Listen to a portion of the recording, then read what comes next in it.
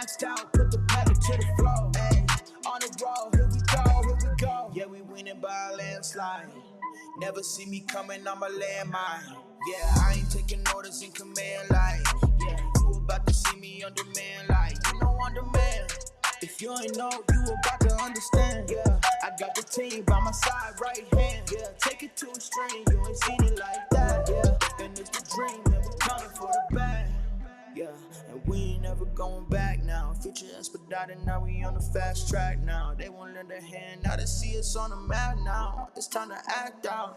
Here we go, at the top of the class on the road.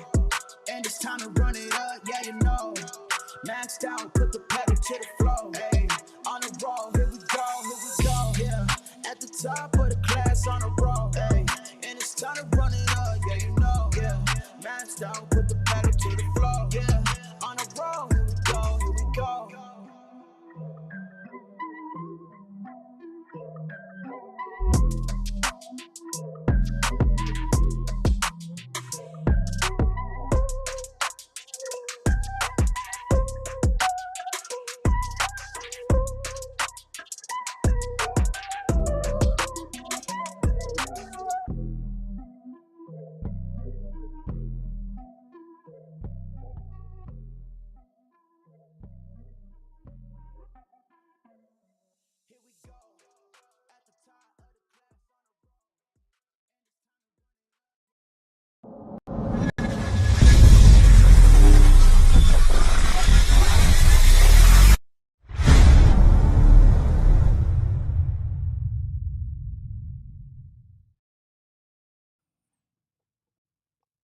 Ooh, that's not the right screen. You guys are reading what you're not supposed to read. Hold on while you guys read my read. You guys are seeing behind my my mix. What are we doing here? Why is this acting weird? All right, let me move some things around for you. Look at this. Already having an issue.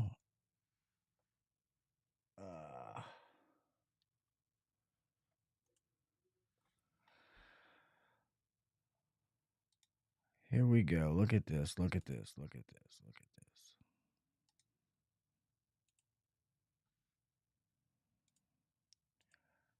All righty. Man, if it ain't one thing, it is always another. Let me get some things moved around and we'll get going here. Guys, one of my newest sponsors, trying to get ready for them, is my friends over at Field Pulse. Guys, Field Pulse has been rated as the #1 HVAC field service management tool and #1 for both ease of use and customer service. Field Pulse is the solution you need to accelerate your business. Still operating off pen and paper, Field Pulse keeps track of your customers' estimates, invoices, and work orders digitally, helping you gain visibility in every aspect of your business. The Field Pulse scheduling features help you keep track of your techs, their jobs, and their current location while out in the field.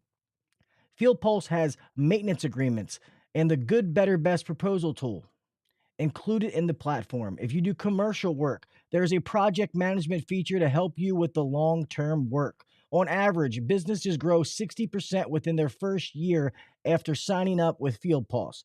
Start your 7-day free trial and take your business to the next level with Field Pulse today. Okay, start your 7-day free trial. Take advantage of what they have to offer. I will have a link here shortly. This partnership is literally like brand new, but I will have a link for you guys to be able to do that, and you will get a discount. Always fun, guys. Last but not least, my friends over at Yellow Jacket. Guys, some of their new tools that I was been messing with, I have them. So I have another combustion analyzer to give away. I have a YJack Mano here to give away, but I'm going to use them for a little bit before I give them away. Guys, Yellow Jacket has been the standard for tools for 70 years and counting. That's why they say 7 years of expertise built into every tool. And I get it. Sometimes they're not the jazziest. They don't have the fancy stuff that maybe some of the other ones have, but you know what? Every time I get one of their tools out that's for a designated purpose, it works. It does exactly what it's supposed to do. I have beat the living hell out of these tools. And as far as I'm concerned, when I look at, different tools I want to buy, or when my guys ask me, hey, what should I get? I tell them I look for the cost, obviously, what it does, and the durability factor. Okay. I don't care about all the fluff and stuff they add to set themselves apart. I want it to do the job that I needed to do when I needed to do it. And that's one thing I can say about Yellow Jacket. Every tool they have does exactly that. I am currently rocking the YJack Mano in my tool bag now when I go out to help with maintenancers or I run with techs. It's something you should have in every tool bag, whether it's heating or air conditioning, whether you're checking static pressure, or whether you're checking, gas pressure or whatever it is. That should be in your bag all year round. And the combustion analyzer, the CA502 and the CA502P, only difference with that P is the printer, is an affordable combustion analyzer to get you into that market. And to be honest, I'll keep this brief. I used to think that combustion analysis in residential was stupid because I was like, hey, with gas furnaces, you can't really adjust anything. We can adjust gas pressure, but the manufacturer says it should be between 3.2, 3.5 inch the water column. So I can only do so much. I can't adjust the oxygen. But with that being said, obviously oil's a different story, stuff like that. Yes, you do need to have it. But imagine going to do a maintenance and you run the combustion analysis and they have a 95% efficient furnace and you're like, hey, this furnace is only running at 90% efficient. And when you get done your maintenance, you make your adjustments, you go back, hey, Mr. and Mrs. Smith, remember that what I told you about your 95 efficient furnace? You pay the extra money to get the higher efficient, was only running at 90. Well, guess what? Now it's running exactly at 95, exactly where it's supposed to be. And to me, that adds value. That makes you different than everybody else. So I think that's a winner right there. Guys, so remember, 70 years of expertise built into every tool. Got a great show. I'm excited for you. Thank you guys for being here. Let's rock and freaking roll.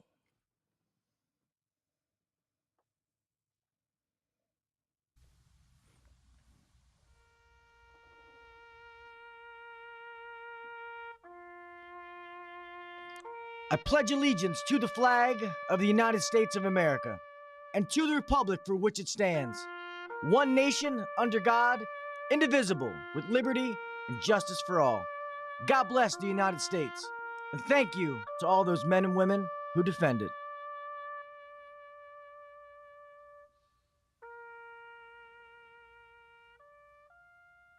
Five, four, three, two, one, go.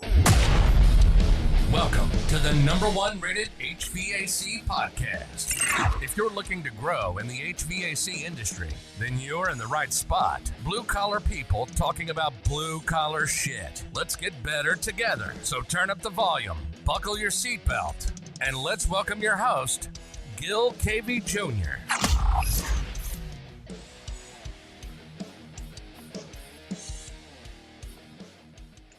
What is up, everybody? Welcome back to the HVAC Uncensored Podcast. I'm your host, Gil Cavey Jr., here on another hump day to listen to me talk. Guys, I have a really, really good show tonight. If you see the name and you recognize it, I had this guest on before, and it was actually the day, I'll never forget, it is the day that I got this brand new mixer that I upgraded from the Rode Procaster 1 to the Rode Procaster 2. Had to have it. You guys know me. And I'm an impulse buyer. And I was so pumped. And we had so many technical difficulties, and every single one of them was 100% my fault. So I could never really put out the audio. I don't feel like I was able to give the true justice that this man deserves, because he is an awesome guy. He's really good at what he does. He's just got so much, knowledge just sitting here talking to him to be able to learn. So guys, without further ado, let me get right into it. And it is Mr. Adam Skkorstad. What's going on, buddy? How we doing? I'm good, man. Thank you for being here. And awesome shirt. This is the first night I haven't worn an HVAC tactile shirt. There you go. Right? Yeah. You got to sign that. You got to show that award again. Come on, put that back up. See, I got it. Yeah, I finally got it down here. That's it. Funny story real fast, like how this has plastic around it, and I had it sitting up on like this, I forget what it's called, in my dresser, and my daughter, she was just looking at it and she knocked it off. I came home from work yesterday and she's like in the corner crying, and she's like, and my other daughter's like, Daddy's gonna be so mad at you, and I'm like, she's like, Daddy's gonna hate me. I'm like, what the hell is going on? Like, what's wrong? And she knocked it over like Oh off, and it no. fell down. Nothing happened. Like this little plastic part, there's a rip right here, but I'm like, I will live. That's the least of my worries. Like it's okay. It's funny about it now though. That's it. Well, it's well deserved, right? Well, so I hear. Absolutely. I am Hey. definitely honored, man. Even to be nominated with those guys and be up there was absolutely amazing. So yeah, I forever grateful for that for sure. So I appreciate it. No, absolutely. That's why, I try to wear one every day, even on my calls with clients, right? Because I want to support the community that's supported me through the journey as well. Yeah, I hear you. I'm always wearing like I'm in the process now of trying to get more like HVAC Uncensored merch for like my family and to wear, but I'm always wearing somebody else's stuff. Like I'm wearing Chris from HVACR videos in here, my buddy Chris. HVAC tactical stuff. I'm always buying stuff, and Ben's like, dude, if you want a shirt, just tell me you've bought enough. I'm like, no, like I want to support you, man.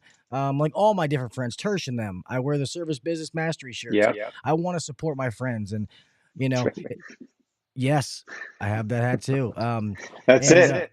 And that's what's awesome. This community that we're building that is there to help each other and help other people. It's amazing, and I'm so grateful to be a part of it. I really am, because it's not bigger than any one man or woman. It's everybody together collectively trying to help make this trade better. It's fucking awesome. Absolutely. Right. It's insane how big it is, but how small the industry actually is when you start talking to guys. Yeah, exactly. And to realize, like, it was so funny. Like, I become like close friends with Mr. Craig Migliaccio, AC Service Tech, and Yeah. he called me the other day, and we talked. But what started with an email. It's he said, Gil, I just wanted you to know, funny story. A guy reached out to me and said that he had found me from your podcast and ended up buying like some of my workbooks and all that kind of stuff for all of his employees. And he lived in Jersey. So I met him in person, and I'm like, how the hell does somebody know me and not know Craig? You know what I mean? But it just makes you think it's a small world. Like, you may have 100,000 followers and you have 50 and you have 200. It doesn't mean we're all pulling from the same people, So that's why the collabs and different things is huge, that we get the word out there, Christ, when I went on Instagram for the first time, they hear me say it a million times. I'm like, oh, it's a whole new world. I met all kind of amazing people. I love the Instagram atmosphere because it's positive, not like Facebook. But yeah, it is pretty amazing. I guess, Adam, if you want to let everybody know a little bit about you, your background, and what you do, and then we'll get this thing rock and roll, my man. Yeah, absolutely. So, one, thanks again for getting us back on. I'm Adam Skkorstad, obviously, but I'm a head coach with BDR. Okay. And so we're a coaching platform for the trades, and we specialize in, one-on-one coaching development. We focus on, driving profit, okay, and growth in your business. And we coach to the core fundamentals. A little bit about my past, actually, coming up pretty close. And I always age myself when I do this, and I always show an extra year or two on there. But if I look back, actually, I got in the trades, oh man, right around 95, but actually came back into it 97, and been in it since 97. And I had a 4-year break from the industry. So, what is that, 26, 27 years or so in the industry. And I've done every facet of this business, right? Started as a low temp technician. I was terrible. Okay. And, but I was a good leader. And so I was able to get promoted very quickly into a service management role. Right. And, just sprungboard that trade life for me. Left, came back, did sales, owned an organization, right? Been in partnerships with other organizations, been a territory manager, regional manager, covered the western part of North America. When I say North America, it's Texas to Canada and Mexico and the whole 9 yards for a company. And so, and for me, really, it was, I was blessed to come up and be coached under BDR, and it really gave me a strong foundation. And so for me, where I'm at today, it was giving back to the trades and getting back to the roots of what that was. I was polished by a handful of other individuals, but, the core of what I coached to and who I was in this industry was through an organization, right? That's awesome. I hear so much about them and how powerful that they actually are. And I guess some of these, so we have some owners out here, some managers, and some of these guys are techs or aspiring business owners. A lot of them want to get started one day. Let them know. Like you were telling me, you deal with small guys and big guys. Like there's no certain like path or certain like you got to hit 1 million before you can talk to these people. Like it's everybody. Absolutely. Right. So BDR, the nice part with BDR is we have customized coaching for basically any size organization, including specialty coaching. Right. So we have some organizations that go all in and get financial and head coaching, and then they get service coaching and sales coaching. Right. And we work a little bit more in depth, maybe a little more hands on with CSRs. But we also work with the small guy who's just starting off, and it's just him in the van, right? And he's struggling and he's having a hard time answering the telephone. And, how do I book a call? How do I get to the call? Am I charging enough, right? And I would tell you this, that every time I get a new client, it's always eye-opening to me is that, so many of us get into the industry saying, well, we could do it better. Right. We're working for the man and we say, you know what, I can go off. We charge a lot of money. We don't understand what that really takes. And you'll have success in the beginning, but it won't be long before you start realizing all the things that you hated that you had to do, you now have to do in your business. Right. And you start second guessing yourself. But the most important thing, and you hear it on almost any podcast, any special guest that comes on, from the major players, from Ishmael and Ken Goodrich and all those guys, what do they always preach? You got to know your numbers. You got to know your numbers. And it is an important part of your business. And when we say, what do we know about our numbers? We were just talking about this a minute ago offline, is what do you do with the numbers once you get the numbers? Yeah. That's one of the most unique things that we want to talk about when we coach with our, a lot of our clients is what's next? Great, we found out what those issues are, what you should be charging, right? I have a saying with a lot of my clients, and I'll back off for a second, but I try to tell them all the time is you'll never outpace improperly priced services. You'll never do enough work that offsets being a little cheaper. The second you get a van and you have some bills on your business, you don't get to decide what you should charge anymore. That dictates what you should charge. Amen. And just for a technician to put this in something that maybe you guys would understand, it's like getting digital gauges and now you can see superheat and subcooling and you know what they are, but you don't know what they're supposed to be. What's the point of knowing them if you don't know what they're supposed to be? Like, oh, my subcooling's 15. Okay, great. What's it supposed to be? So it's the same thing when it gets into business, not knowing that stuff. And I really think it's cool. And I loved what you said when we were talking off air about, having to keep reassuring the foundation. Any foundation has to be there, whether it's a house, a business, whatever. And that's something I learned because I came up as a tech. I wasn't some business guru. I was good at fixing stuff, took that transition to management, and now I'm learning the business side. It's a different side that I had to learn, and it's awesome. I love learning it. I love the challenge of it, and learning how to grow. But the thing is guys, most of you, if you want to start a business, you can be the best, smartest tech in the world. Does not mean that you're going to be a good business owner. And I say this all the time. I say it not to scare people, but I want you to be realistic. Does it mean that you can't learn? Of course not. But you got people like Adam who they can help guide you in that direction. It's like a resource. Nobody's ever going to pave the road for you and just let you drive it. But they're at least going to, kind of like a trainer. Like, hey, I need you to go hit the bench. I need you to run a couple of miles. They're going to tell you the work you have to put in, Absolutely. I think that's one of the biggest challenges in just growing a business. And even when you have a business, right? And so I love what you just said there. And I want to give you kudos for what you said. I am excited about the journey and I'm learning. I'm learning more about the business. We have a tendency, just like I was, right? At the time at the low tech, I say I wasn't a great tech, but on some of the products I was, we did a lot of like low temp, like refrigeration, soda systems, Slurpee machines, like kind of weird stuff. And I mastered a little bit of that, right? And so what do we usually do? We take the best guy and we make him our manager. Well, the best guy is now an apprentice manager. And that is the hardest thing for any of us to gravitate to, right? I'll kind of jump forward a little bit in my career. They gave me a sales management position, and we let somebody go, and they promoted me, and I was like, oh man, this is awesome, right? I managed just like I was managed prior. Feet on the desk. Come on, guys, gotta have better closing tickets. Your average tickets are terrible. Come on, do your. I was driving with like almost a little bit of an iron fist. And I had a leader at the time, and I'll never forget what he said to me. As he walked by, and he just said, "You know what?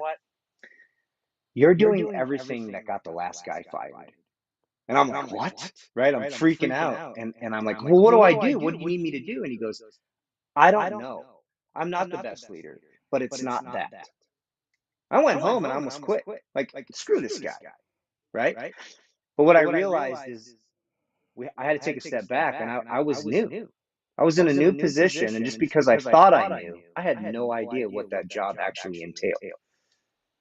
And so understanding the baseline, as technicians, what do we always do? Man, we charge a lot of money, right? We have a tendency to look at some of those things from a separate side, and at the end of the day, you gotta understand a baseline of your numbers. To your point, it's like looking at a set of gauges. Great, what does it mean? You still got to go look at the plate. What do I need to charge the system to, right? And it's the same thing in our business. And we, at BDR, we're going to call them benchmarks, right? And we'll know them in the industry as KPIs, right? Key performance indicators.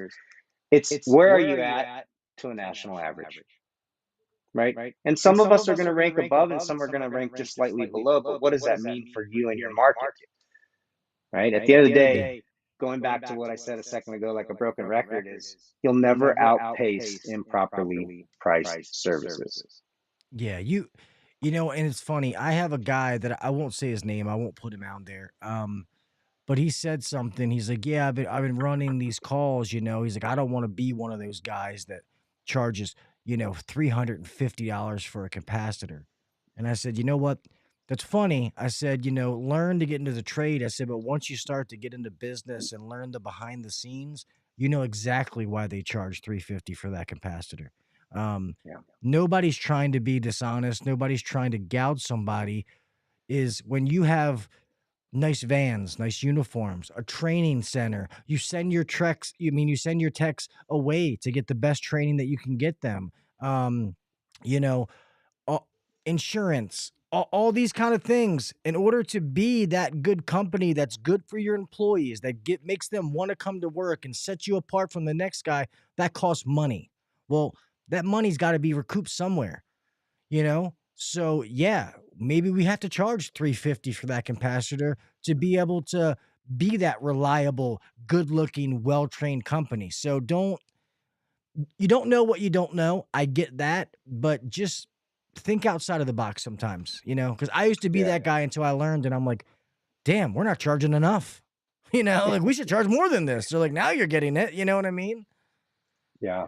No, I think that's one of my favorite things is when somebody, I call it the light bulb effect, right? When you just see them and they're like, oh, whoa, I get it, right? And it happens all the time on our calls, and it's such a fulfillment for me, right? As a gratitude where I'm like, selfish part of me is I get excited for that, right? I'll just share a quick story where I had a client that had service managers, and they came from another organization that was coached, right? But they didn't do a good enough job, in my opinion. Great organization, but they didn't explain the why. And so they came in like, oh, it's another coach. I got to listen to this guy tell us that we're not charging enough, right? And it took 2 calls with them, and the main service manager goes, I don't think we're charging enough. After he saw the numbers and he could understand it, right? You got to peel the onion back. I'm a huge advocate of, any organization trying to give their technicians the why. And you can choose how far you want to peel that back. But if you take a national average, right? Again, we're not talking about the best of the best, and we're not talking about, the B players. We're talking about national average C players. In our industry, net threes are reality for these guys. And so I always say it this way is, man, if you're going to go do $1 million worth of work, that is a ton of service calls, a ton of installs. To have $30,000 left in the bank, Now, I'm not knocking any job out there, but at that point, I'm going to take a very mindless job and I'm going to be a Walmart greeter or something and tell you beer's on aisle 30 or something, right? I'm just going to have no stress. I'm not going to carry this bad boy around in the evenings, right? And the same principle can be applied when you talk to them and you talk and you think about it this way is we might charge $300 for that capacitor, but we as an organization, after we pay all the bills, and just use the national average as the example, we keep 3% of that. Do you think that's appropriate? You know, and as a technician, most of us, because I was this guy too, we're going to argue and say, there's no way. That cap's $15. Again, just speaking at an average term. You got an hourly rate. Your business has an hourly rate as well. And we only have so many hours in the day that we can bill for. And most of us, and actually literally there's nobody that's 100% bill efficiency. We're just not. Right? We don't have 8 hours, and we don't have one guy that bills 8 hours every day, 5 days a week, 52 weeks a year. It just doesn't happen. Yeah. You know, and so there's a lot that goes into that equation, but you know, I think the biggest thing is if you just look at an average. If somebody makes $20 an hour, their labor is burdened, right? We pay taxes on that as a company. And so if we just look at that on a high level, and let's just say that guy is even just, we don't offer a lot of insurances, just baseline, that employee is going to cost us 25 to $30 an hour. And overhead on our business might be $65 or $75 an hour. Well, we're already at $100. We're already at $100, right? And so on rule of thumb is, right, we want to make profit. We were joking about this offline. If you want to be a nonprofit organization, so be it, but you got to break even.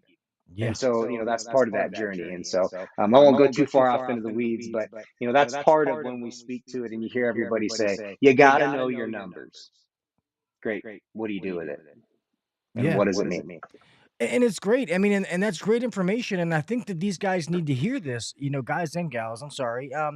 You know, whether you're a tech or not, because it'll make you a better tech if you understand the why behind the what that you see your bosses or your managers doing, that they're not these greedy assholes, you know. And we're very open with all of our technicians at Beltway. It's, you know, the more money that you guys can go out there and make, the more Beltway makes, it just trickles down to everybody. And, you know, and it's, you know,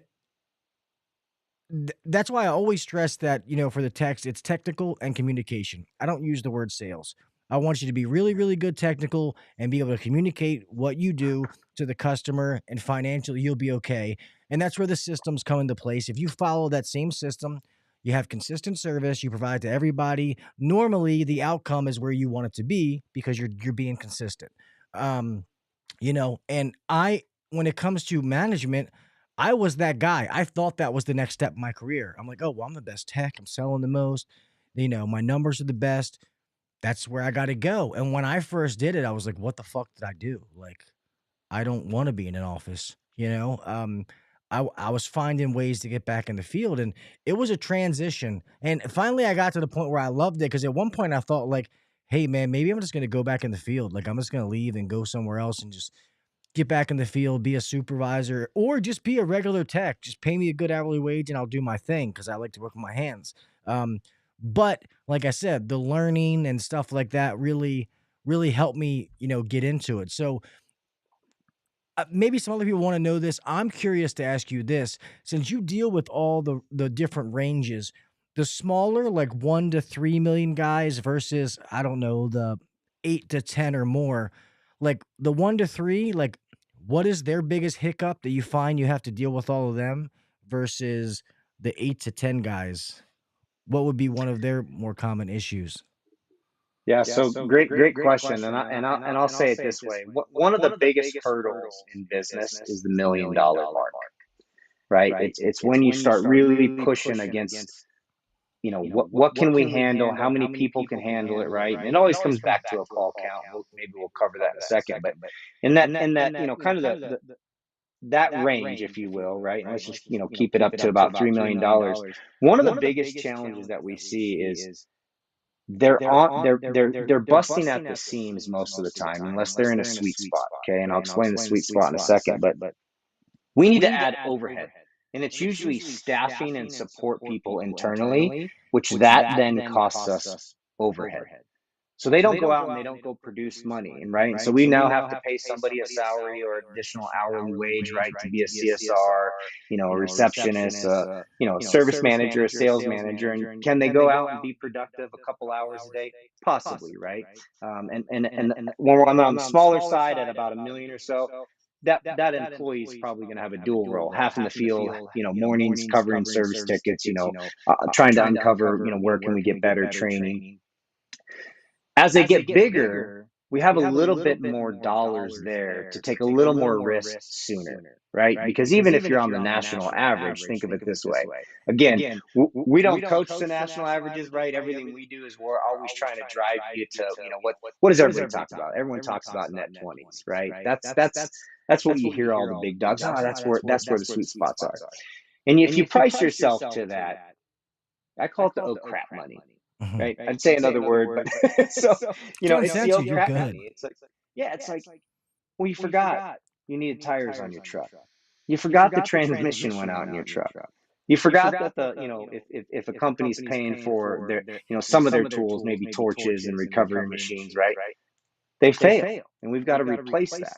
Right. So that's always eating at those dollars. Right. So you price for 20 and you land at 15. You price for 20 and you have some growth that year and you land at 10. Right. Or you make some reinvestments. But in that smaller size, if you will, they're struggling with trying to control overheads and then when to add somebody. When we get a little bit larger, there's a few dollars extra left. Right. And so just take the simple fact that if they're 10 million, and they're a net 3, there's a little bit more dollars left in the piggy to take that risk. If they're net 10s, it's better. If it's net 20, right, it becomes a little easier to do that journey. And if you hit that 5, 8, and $10 million stride, you usually have good systems in place that are supporting it, right? And so now you're just plugging key people in. And maybe you have, you'll find the people on the bus at that $5 million mark, but they're just in the wrong seat. And when we get to 7, 8, 9 million, you're moving that person around and now it's in the right seat, right? In the three and smaller, okay, and I'm gonna say really honestly, between IGIL, like when we start hitting that 3, it starts to change. Okay, but that 1 million is one of the toughest ones to handle because it's like you usually have an office now, you have somebody answering the phone. You probably don't have enough installs to have a full-time install crew unless you're just solely focused on installs only, right? And so we're going to see a mix of their blended, think of a residential guy only, no commercial, 75, 80% of their business is going to be sitting on install, but that's only 100 jobs a year or so, right? 100, 120. And there's 240 work days in a year. Yeah. What do you do with them the rest of the year? They got to run service calls. They got to run maintenances. And is the person able to do that? And are they capable and are they knowledgeable to do that? And that's where it's like, you got to train them up, right? Old saying, train them up or train them out. Yeah. And I want to throw one last thing on there about just training. In the industry, we have a tendency to always talk about this. Train your techs, train your techs. One thing I would always push back on is they're in a technical position, and they usually have somebody that's a superior of them that's strong technically, and if they get into an issue, they can make a phone call. But when we talk about training, are you training them on common sense stuff today? Where to park the van, how to approach the door, how to have a conversation with somebody. When somebody, bucks back and says, man, that's a lot of money for that capacity. Do we have sympathy? Do we have empathy? Right? And that's kind of that bridge that makes a great tech an elite tech. I agree 100%. It's and also when you're talking about when you're younger and when you're smaller at that 1 million, maybe the owner is still running calls and he's at the position, do I come out of the field? Is it time for me to start working on the business and not in the business? You know what I mean? Like you're not sure what to do, and it's a crazy time. And I've been there through several companies. I've seen the $10 million side for the company I came from, and being able to start and work my way up another one with a way better foundation with endless possibilities is awesome. But I agree with that. And so, and I understand where people are like, oh, training in the slow season. And, it's like, oh, but you can't train when it gets busy. It's like, no, you should be training even more when all the it's time. busy, you know? So that is what I really loved. And I'm trying to get better at it. Nothing's perfect. Obviously, nobody's perfect. But what I've been trying to do is, I still have I'll do the meetings with the whole service department, the whole service team, and then I'll start bringing them in one by one. And, and I'll try to do those one by one things and try to help them. And because you still have it where some people don't want to say things in front of everybody, even though the atmosphere is good, maybe they won't be as open. And, you know, I, I see it making a difference. So Yeah, training, right, is a real non-negotiable. As an employee, we hate it. It's like, oh, I got to come in and I got to sit for 30 minutes, an hour, whatever that looks like. Part of that journey of training, Gil, is when we have the conversation, you're doing it right. We've got to speak to a group about what are our standards at the company. These are the do's, these are the don'ts, and this is a company standard. And then we have to bring them in one-on-one, and we have to verify are things getting done, right? Ride-alongs are so important these days. So many of us have a tendency to say, here's our playbook, go read it. I hated school. You think I'm going to read that? yeah, no way. Right? No. I'm a seer and a doer. Come show me. I used to say this all the time. You come preach one time on a call, I'll memorize it, and I can duplicate that, right? And so a lot of the folks and a lot of technicians, as they're coming up, and even mid-level techs, right? I have a tendency to always, I like to rank our techs from level 1 to level 5. And level 5 is like, he's that diamond, right? There's a lot of them that exist, but they're usually not walking in your door, right? But most technicians that are great technicians are 3s and 4s. Okay. And some of the things that they're going to incur might just take time in the field, doing it repetitive over and over and over. But at the end of the day, it's what's our standard as a business? They need to go run a call. We need to do ride-alongs. We need to verify that they're doing it.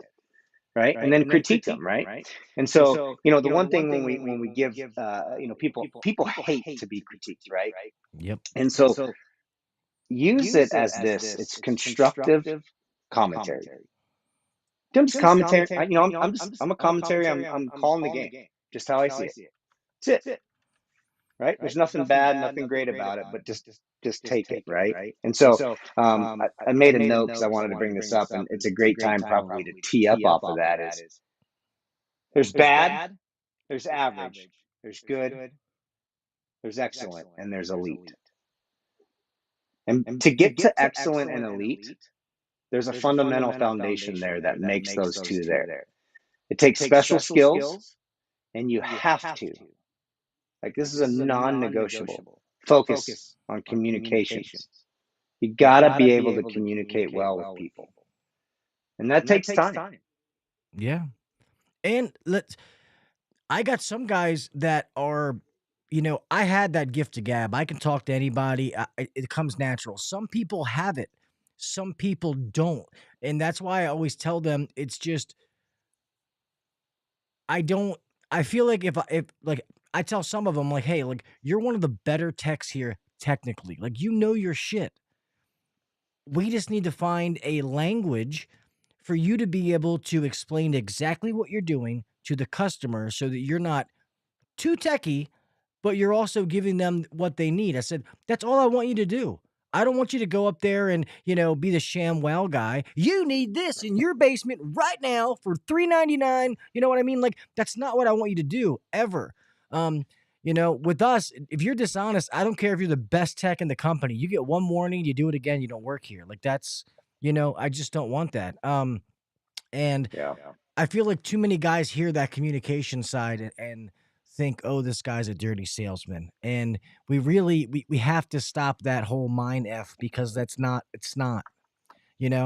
I had years that I did really good and I didn't touch the big dogs, but I never had to lie to anybody. I never went against my morals, my values. I just really enjoyed serving other people, helping them, giving them options, and it's amazing. Like you said, that light bulb goes off, and those people are like, all of a sudden they're giving you 5-star reviews. You're getting $2,000-$3,000 tickets, and your boss is like, "This is awesome, way to go, man." You know what I mean? You're like, "Oh shit," like I'm gonna keep doing this. Yeah. Yeah, right. As technicians, we wear capes every single day, right? We go to somebody's home that's, it's not heating or it's not cooling, and we find the repair, right? I know a lot of technicians pride themselves on the efficiency at which they can get to that problem, right? And so it's like, man, I figured that out in 20 minutes. Great. When we charge the dollars that we need to charge to be profitable, and we, come in with a cape and we run out with a cape, it loses the cape flutter the second those taillights leave the house.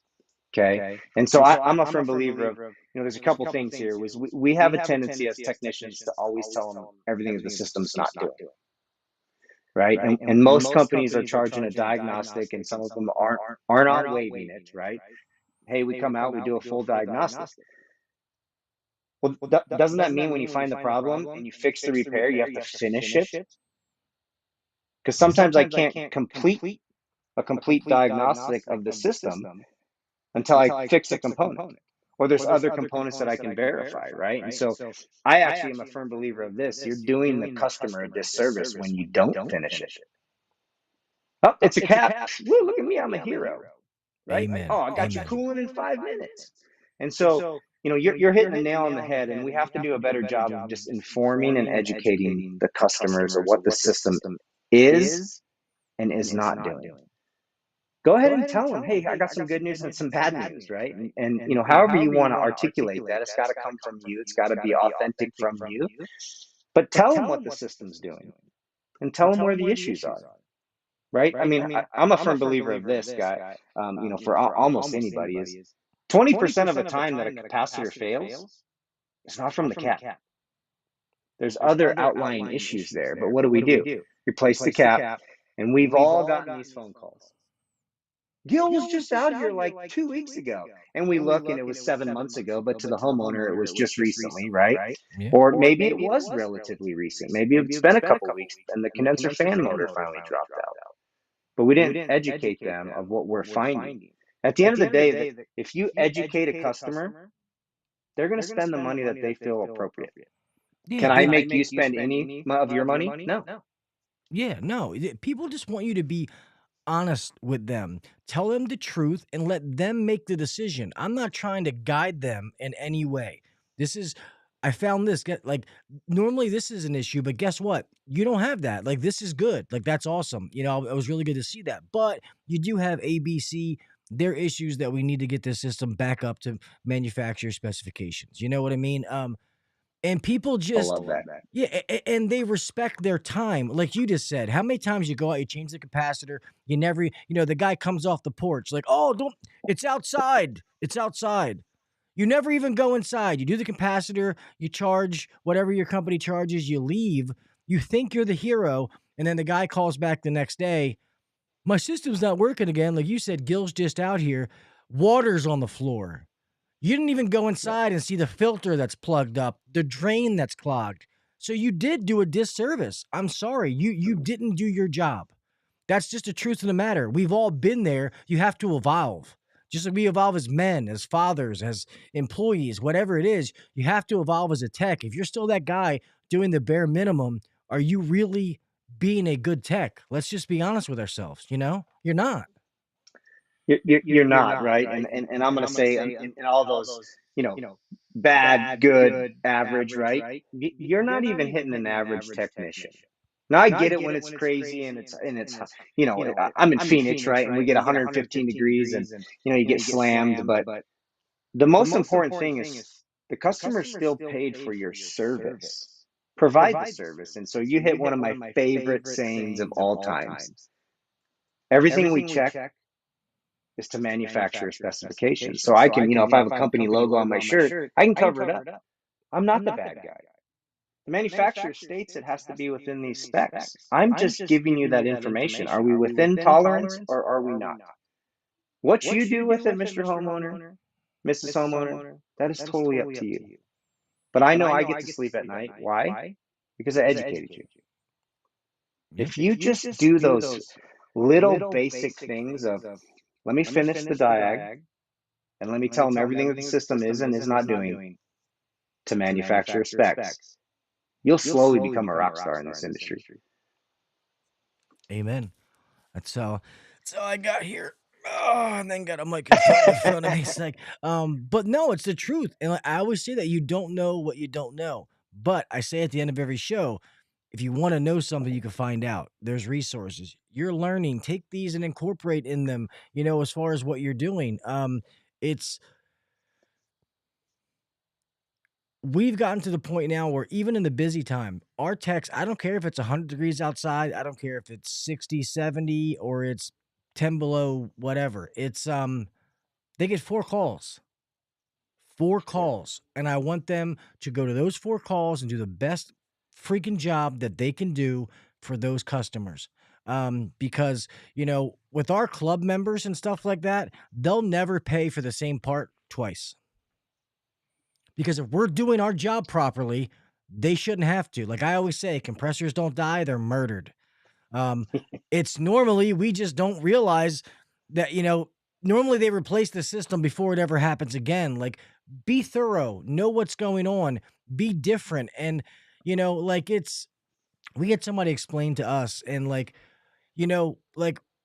we made a name for ourselves in our market. Like we're an up and coming company. People know who we are. But when you put the numbers on the board of everybody in our area, we are like less than 1%, with all the big dogs.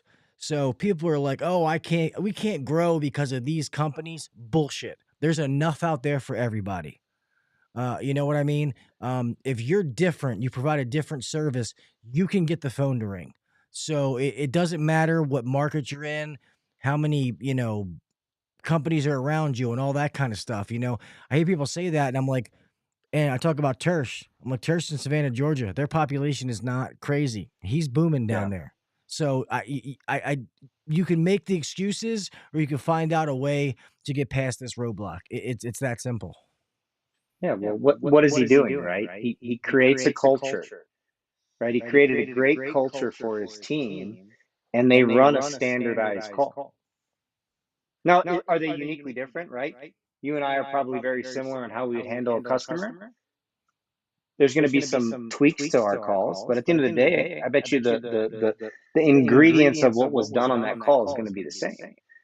It's our job. It's our job as a business, as a leadership team, to give those standards to our employees. Most of us don't know, right? A lot of guys are, going to tech school or they're learning within the trades, and then they get into the business and they have. I'm going to say this. I mean, I was a little bit, ego when I felt like I learned everything, and I didn't know nothing, right? But it's like I don't need you telling me how to communicate. I communicate just well. I charge the customer. My favorite thing to do is always ask a technician, how much revenue do you think a service truck should do a year? Sorry, right? I had to put that up. That's it. Yeah, exactly. Thanks, Jason. That's it. So, but how much revenue should a service truck do a year? And there's guys that'll tell you 100 grand. Well, I think 100 grand is reasonable if you make $10 an hour. It's all relevant to what we're paid. But blended average, service trucks running 4 calls a day, which is, I love hearing you say that, right? Because we have a tendency to say, oh man, I got to book more calls. I'm going to lose money. No, take care of the customers you have. Do a great service for them. And it's okay to turn somebody away that isn't your customer. Yeah. Right? I know it sounds scary, but it's okay. Yeah, Rolf, I want to be that steakhouse that people wait to get into because the food's so good. I don't want to be the place that, every time we go there, we get a table. Nope. When you come into this restaurant, HVAC, hey, sorry, we're full. It's probably going to be like a 2-day wait. Oh, you know what? We'll come back in 2 days because the food's so good. That's what I want to be. Okay? Yeah, I love it. Right? So what are you becoming? You're becoming a trusted advisor for the community, right? That we trust what you guys are telling us. It's something that I would recommend that we even communicate on our maintenances. Maintenances are great to fulfill schedules, right, in the off season from a business standpoint. But what are we doing on that maintenance is we're actually training our customers of why the heck we're going there. Mm-hmm. The whole point of us showing up isn't to say, hey, everything's A-okay. We'll see you next year, or we'll see you in 6 months. No. It's everything to manufacturer specs. And any recommendations, the customer trusts us, right? So the best customer in the world, and younger technicians typically don't understand this, but the best customer never calls us. Never. Not because they don't use us, but because when we run a maintenance for them, they take care of all the potential problems that year, and they don't have a breakdown. And when we show up again the next year, if there's any outlying issues, we revert back and say, hey, it was great to know that you didn't have a breakdown, and took care of those repairs, got us through the off season. I'm only seeing 1 or 2 or no issues, right? And I'll say this: how often does a technician actually celebrate a win? Celebrate wins with customers. When we run maintenance, think about this, right? I was this guy, so I'll take full ownership of this. When I would run a maintenance and it was a brand new system, I was like, oh, I got to go run this again. It's so funny. Those are the best ones to run. I was just thinking that. I was going to say that when I started. Go ahead. God, that is crazy. I was thinking that. They're my favorite, right? Because I'm going to celebrate the win with the customer. I'm going to say, hey, it's fantastic. Thanks for purchasing through us. Looks like you guys did a great job. Went ahead and checked your system today, and I tried like heck to find an issue. And you know what, Gil? Everything checks out with the manufacturer specifications. 90% of customers are going to look at you and go, what do you mean you find something wrong with it? I just paid 15 grand for this thing last year. Well, that's why we're here. It's not if, it's when. These are working pieces of equipment. I'm an anomaly right now. So I'm obviously in Arizona, and I'm ashamed to say this, but I've got some original units to 2008 in my house, way past life expectancy. I've only had one capacitor ever fail on me. Ever. So if I'm a consumer, just a normal average Joe out there, okay, do I see the value in a maintenance? No. So what do you have to do? You have to come in and you have to educate me. You have to do a wow service, right? It's a steakhouse. Yeah. I'm willing to wait. I appreciate you educated me. Hey, at this time, right, I'm not going to make an investment, but I'm going to stay on the program. Let's get me signed up for another 6 months, right? And truth be told, like they'll get changed before summer.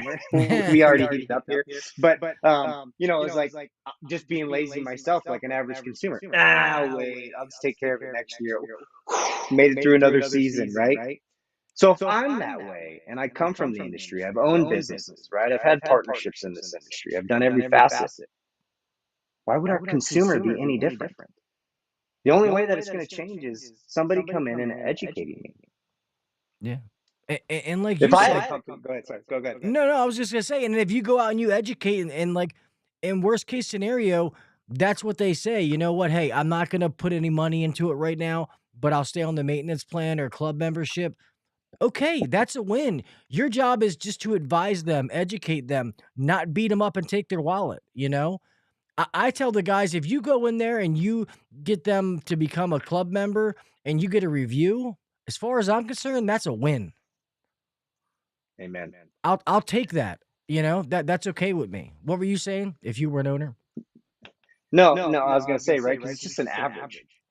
It's okay when, I'm a firm believer if I don't love zero tickets, but you said it on right now. Customer provided great information. I could read your service ticket. You educated the customer, and then and they stayed on our program. You provided a wow service. It's why it's an average, right? One of the best batting averages over a career was 0.366. So 37% of the time at bat, if you will, right? He hit the ball.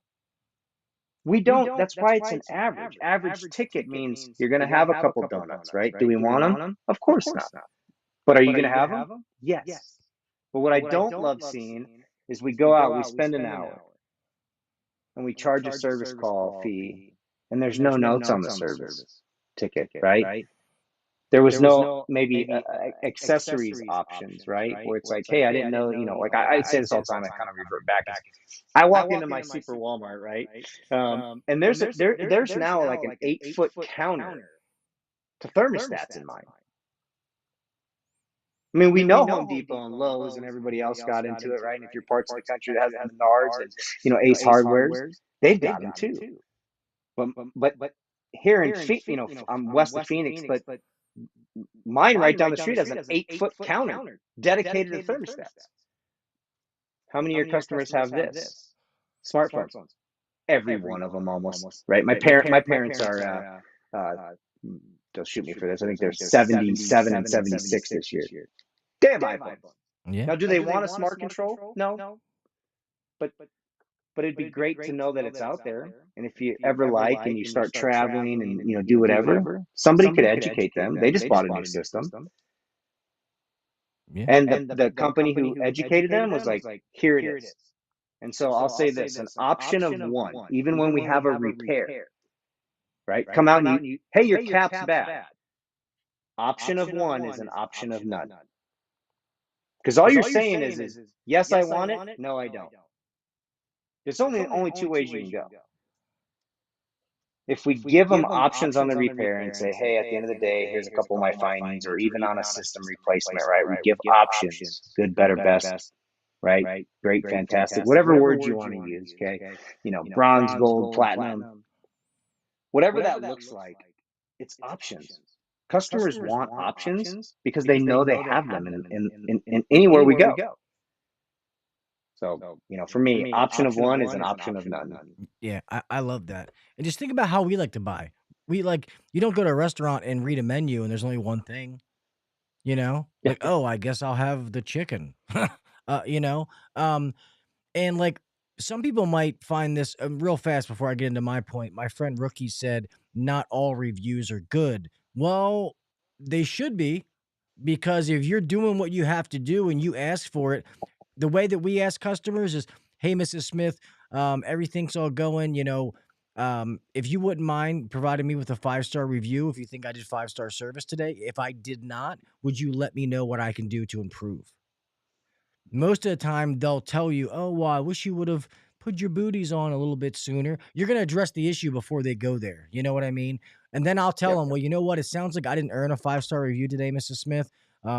Next time we come out, I promise you, we're going to make sure that we get that 5-star. And when we do that, would you mind leaving us a 5-star review at that time? You know what? I'll do that. There's always a will, there's a way. You just got to think. But what I was going to say, what is that? What is that? What are you talking about? Communication skills. Yes, exactly. It's just being able to talk, and it's honest. It's not bullshitting. It's not always what you say. It's how you say it. And the other thing is, like, people think we're weird sometimes, but we promote customers changing their own thermostats. We don't make any money off of. It costs more money to get the truck out there to put a thermostat in. And now with the EcoBees and the Nest, people know what they cost. You can't mark them up like crazy. It takes 10 minutes to put it on. So we tell a lot of customers, hey, like if they say they want one, we'll say, hey, yes, this one will match your system. If you want us to put it on, if you have it, next time we come out to do the maintenance, we'll put it on for nothing. Or we'll say, hey, if you want to go ahead and get it, like, yes, that'll work. If you want to put it on, turn the system off. We'll give them a little rundown. If you have any issues, call. We'll let you talk to one of the technicians. Normally they can walk them through.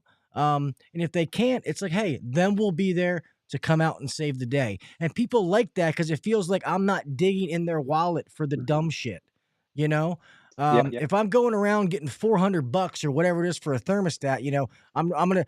So they're paying $250 for the thermostat. We charge what, $275? We're making $20, $150 to go out. Like, you're not making dick. I'm not gonna turn wheels for that. Yeah.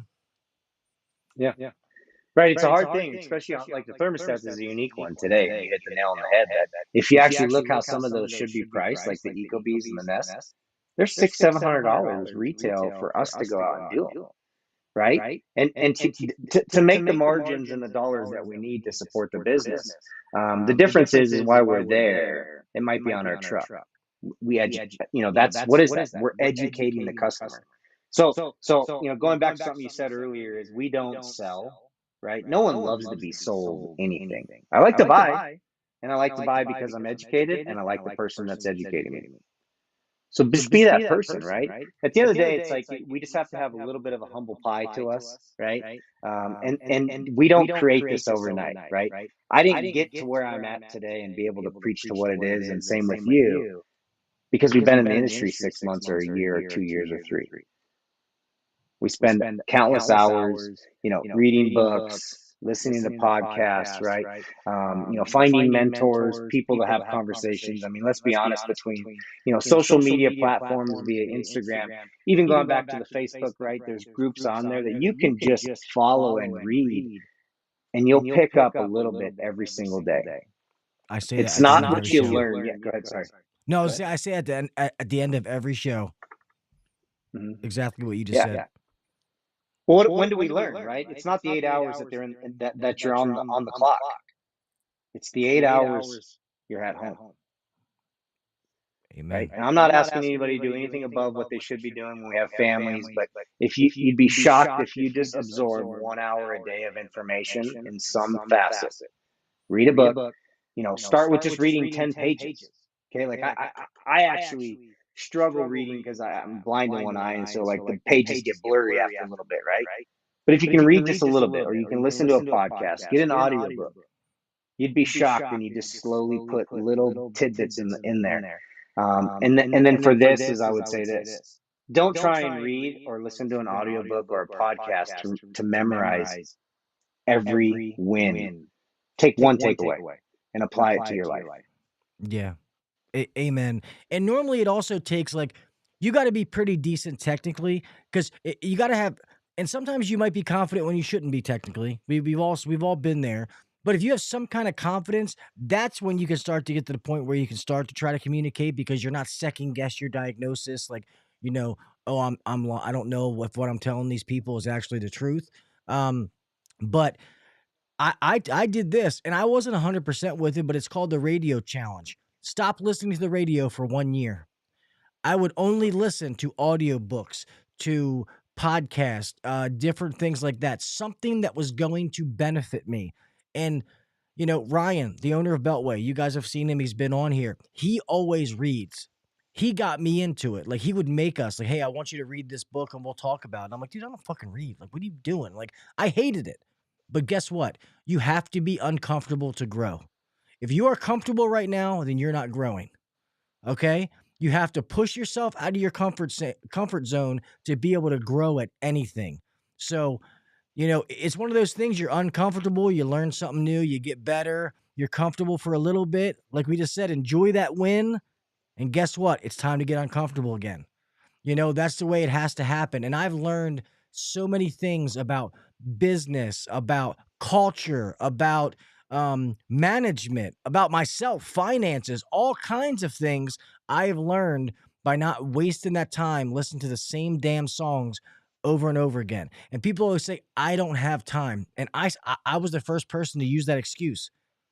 I found time, And guess what? You guys all take a 25-minute dump every day, wasting time. You know what? Instead of listen to something, read a book while you're doing it. Like if there's a will, there's a way. Sometimes our brain, we find an easier way to make an excuse than we do to try to find a resolution to something. And I'm not preaching, because I've been there, done that, I couldn't agree with you more, right? I mean, that's the biggest thing is we'll go back to being whoever we naturally are, right? If you're not a reader, you're going to fall back into not reading when you become undisciplined, right? If you're a lazy person, excuse me, go look in your truck. You got trash. You clean it when you get home. Do you spend 5 minutes when you get home to reorganize for the next day, right? If you're creating those disciplined habits, you'll create them for a lifetime, right? And so just start by doing something, right? And so think of it this way. So there's a saying out there, and it's, information is not power, but rather taking that information and applying it to your world is what creates power. We have a tendency in this world to be information gatherers. And let me tell you something, the trades are some of the worst. Oh, I listen to so-and-so, I do this, I read this book, I go to so-and-so seminar, I go to AHR, I talk to all these guys, I paid for so and so, I got coaching from somebody, I did this. Well, what did you do with the information? If you don't implement anything, you're just an information gatherer. Wasted time. Yep. Big time. Yeah, I agree with that. I've said that before. You can go learn all the information and get all hyped up at these events and be like, man, that is so cool, man. Like, I'm going to do this. I'm going to do that. You're not going to do shit. That's what you're going to do, And hey, I've been there, done that. I'm not sitting acting like I haven't been that guy. But when you start to do things and actually implement those things you learned, it's like, holy shit, this is awesome. This is amazing. And, guys, when we bring people on here and we talk about different things, I want you guys to soak this knowledge up. The whole point is, I always say, let's be better together. All of us together collectively are good at different things. We have knowledge. Take them little pieces, man, so all of us can go out there and be kicking ass. You know what I mean? Providing amazing service to customers, building amazing businesses that do that, and change the name for the trades. Like, it killed me when I watched one of those behind the scenes shows, and I forget where it was, but it was like 6 HVAC guys, like, the hidden cameras, and like 5 out of 6 were like scumbags, and I'm like, dude, that's not who we are. Like, that's not who we are. And I can't believe that in my heart of hearts that there's more of them than there is of like good, hardworking, blue collar people out there wanting to do the right thing. But, we got to set the standard for our trade. This is our group. Each and every one of us is a member of this group. Start raising the bar, start setting the standard, and those chucking of trucks, people like that, they're going to start to fall off because they realize they can't just blend in anymore. So if they're around, it's because we allow them to be around. Yeah. Sorry, I was preaching there. I got a little fired up. I'm sorry. No, hey, you keep preaching because it's true, right? I mean, look, we all start somewhere, right? And for a lot of us, even most companies today started as the small guy, but what were they? They were implementers. They did what most people wouldn't do. And it's not taking advantage of customers, it's educating. Right. And so, think about this. We get paid in this industry not for what we do, but it's for the number of problems that we find and the number of solutions that we offer.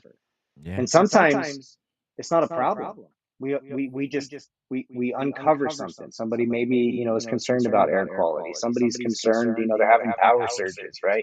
And we find a solution to what their concerns are, right? So it's not a direct problem with a breakdown, but it's tied in the same way. And that's how you'll grow in this industry. And so you got to make yourself aware that you can't go in with blinders on anymore, right? And just, hey, this is what I'm here for, not pay attention.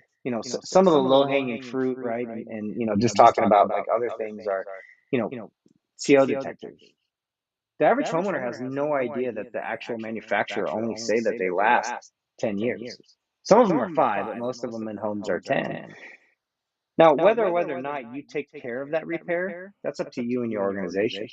But when you walk by and you're in an older home or, with an elderly couple, what's so hard of just communicating to say, hey, out of curiosity, when's the last time you changed those? What are we doing? We're just educating. That creates a trust factor.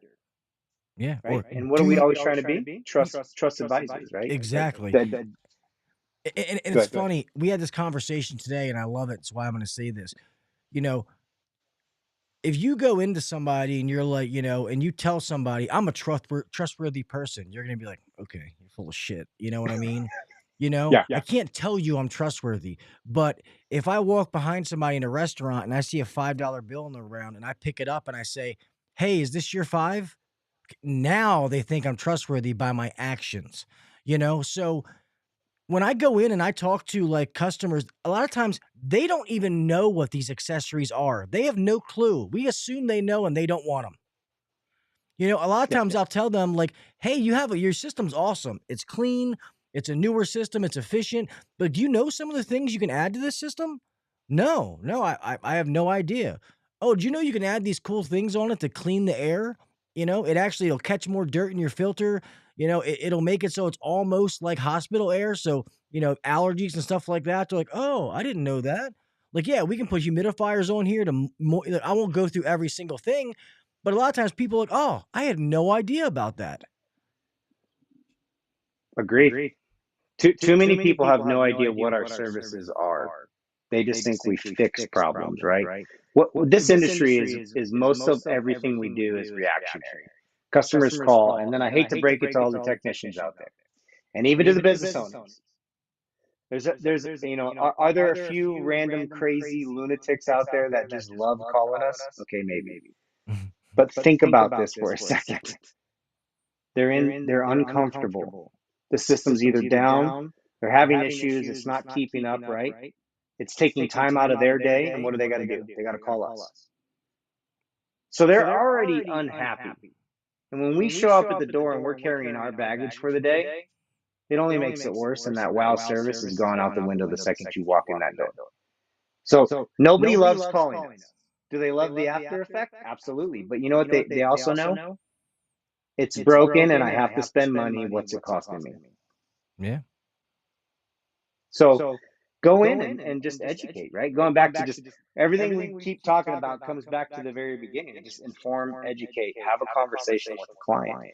But just know that person that you're walking into, I always say this, you're going to get me as a customer, and I'm just not a nice guy sometimes. Right? Because it's like, you're putting me out. I know I got to spend money. What's it going to cost? Here we go. But it's okay, right? Because some people can work with me very well. Think about this. I love cars. Okay, I mean, at one point I was an insane guy. I had like 8 cars at once, and it was just dumb, waste of money. I used to love just walking to a car lot, going to the showroom, and checking out the new cars that were coming out, right? Stuff in. You're a lunatic if you want to do that now. Why? Because 8 people corral, show up. Hey, what brings you in today? Blah blah. Don't be that guy. Be the one guy who's in the back that didn't rush up to you, and when he walks by, he just goes, "Hey man, if you need anything, just let me know." That's the guy I'm going to talk to. Yep. Because he's not trying to shove something down my throat. No. He's just let me know that he's there if I need him, to answer any questions. Yeah, it's crazy. Man, we're almost at 9:30. This went by, so I don't want to. It did. It flew, man. It definitely did. This is a great conversation, and I want to thank you so much for coming back on, man. I appreciate you. I'm glad that we can do this without the technical difficulties, so people can actually hear some of the knowledge bombs that you were dropping. And man, you are always welcome to come back on here anytime, because I feel like we covered some good things, but we only touched on this much out of all the stuff that we could have talked about, in a little over an hour and 15 minutes. So I guess if anybody would like to get in touch with you, reach out to you, how can those people do that? Yeah, so some of the best places, right, is if you would like to learn more about just us as an organization and who I'm with, you can go to BDR. It's BDRCO.com, right? And you can learn a little bit more about us.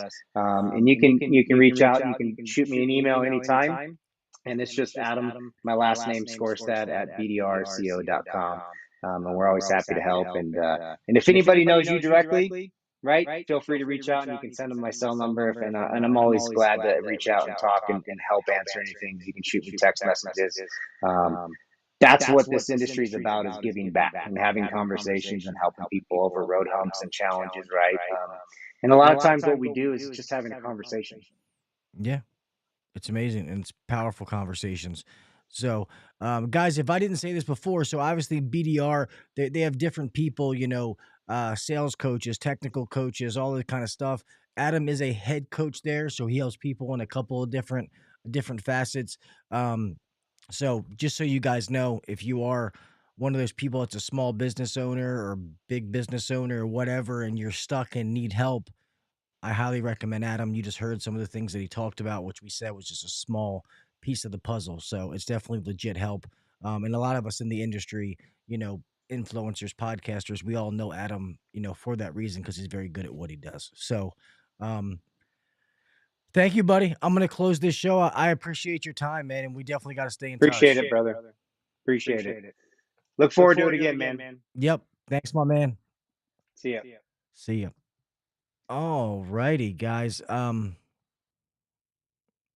mute this.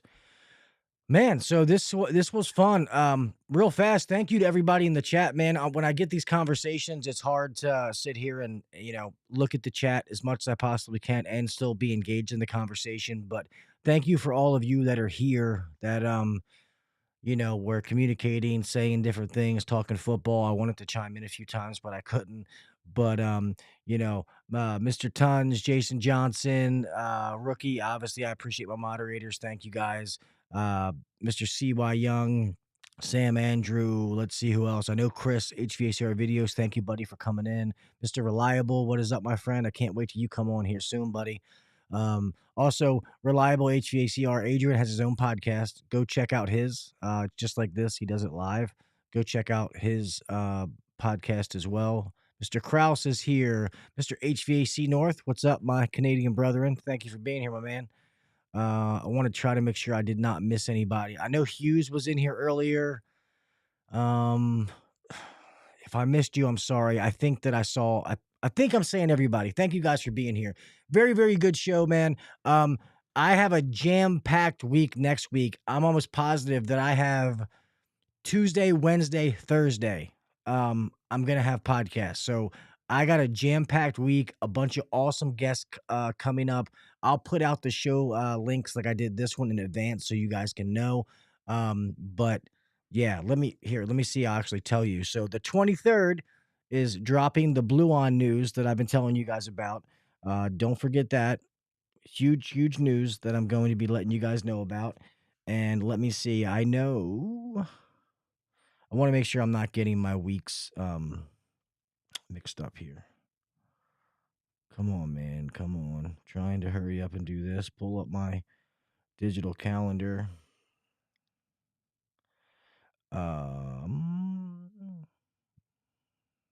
Yes. So it is Tuesday, Wednesday, Thursday. So I have Field Pulse. Mr. Daniel Myers coming on Tuesday. Wednesday, I got Miss Coral the Killer Whale. If you don't know who Coral Whale is, she is a woman in this industry. She's a maintenance tech, and she is a fucking beast. Okay? She learned a system, she stuck to it, and now she kicks ass and takes name. And then, obviously, Thursday, the 23rd, is going to be Blue On with our secret guest to announce a partnership that is going to blow people away. So, yes, awesome week next week. Like I said, thank you guys for being here, man. And I want you guys to take these conversations because all of you, depending on what stage you're in, I want you to aspire to own your own business. Does it mean you will? No. But I always say this world, the tax codes and all that, they weren't created for people working 9 to 5s. They were created for entrepreneurs. And that's when you start to really have a business, have an LLC, an S corp, or whatever it is, and it can really, really change your life. Even like obviously I'm involved in other businesses besides Beltway, and I have some other things that I do. But the podcast alone, if this is all that I had, is a business. So it allows me to do different things, and I'd be more than happy to explain this in a show all on its own. But it opens up different avenues, all right? I want you guys to think out of the box. I want you guys to be financially free. I want you to be happy, and I want you to be able to do all the things that you want to do in life. And there's nothing worse than living paycheck to paycheck. Worrying about Friday when it's going to come because I need to get groceries, or I need a pack of smokes or whatever it is because I don't have any money. And I've been there, done that. I don't want any of you to have to do that. And if I can help you on that tip, let me know. Put it down in the comments, whatever it is. I'd be more than happy to share some tips that have helped me along the way to not be like that. But yeah, that's it, guys. If you haven't already, please give me a like, subscribe, share this with somebody here every Wednesday night. That way you're notified when all these shows are coming. I know most of you here already are, but if you're watching this after the fact, if you can go give me a follow, a like, or whatever it is, whatever platform, Instagram, TikTok, and then the Facebook business page. You don't have to join the Facebook group if you don't want. I know some of the groups get a little raunchy, but totally up to you. I really appreciate your support. And if you also, I don't ask you guys for much, if you wouldn't mind leaving the podcast a review, wherever you get your podcast at. If it's on YouTube, do it there. Well, not there, but any of the podcast apps, Apple, Spotify, SoundCloud, all of those different ones, or you can just go to Facebook or one of those and just leave the podcast a review. That way, I can keep building this thing up and try to get to as many people as possible. All right, guys, remember, be safe out there.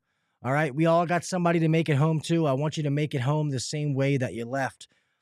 Do the little things. Set yourself apart from the next guy. We talked about that stuff in this show. Those little things, those podcasts, those books, those online classes, the courses like last week with Jimmy, Pork Chop, all those kind of things. Set yourself apart. Make yourself be uncomfortable, because eventually you will reap the benefit of being comfortable down the road. All right. You guys know if I can help you in any way, I will always do so. I am always here to help you. I don't know everything. I don't claim to know everything, but fuck it. If I don't know, then we'll learn it together. All right, guys, remember, let's be better together. Keep rocking and rolling. And until next week, I will talk with you mofos later. All right. Peace. Peace. Thanks for listening to the HVAC Uncensored Podcast. Don't forget to check us out on Facebook and Instagram, or email us anytime at hvacuncensored@gmail.com.